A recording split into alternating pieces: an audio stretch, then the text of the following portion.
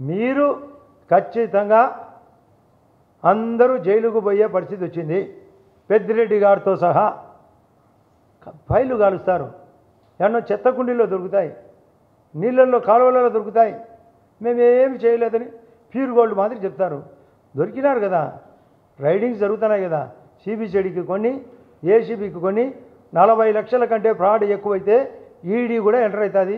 వీళ్ళు ఒక్క లిక్కర్లోనే ఏదో కేజ్రీవాల్ గారు అక్కడ మహా అంటే ఒక 1000 కోట్ల పుణ్యానికి అందరూ జైలు పాలు. వాళ్ళ ముఖ్యమంత్రి గారు, వాళ్ళ ఉప ముఖ్యమంత్రి కవితమ్మ గారు. ఇక్కడ 1,00,000 కోట్ల స్కామ్. కుక్క దొరికినట్టు దొరుకుతారు, ఎరి కుక్క దొరికినట్టు. జైలుకు పోయేది జైలు గదులు సరిపోవు. పరామర్శ అంట, అది పర్వతం లాంటి సంఖ్య ఉంది.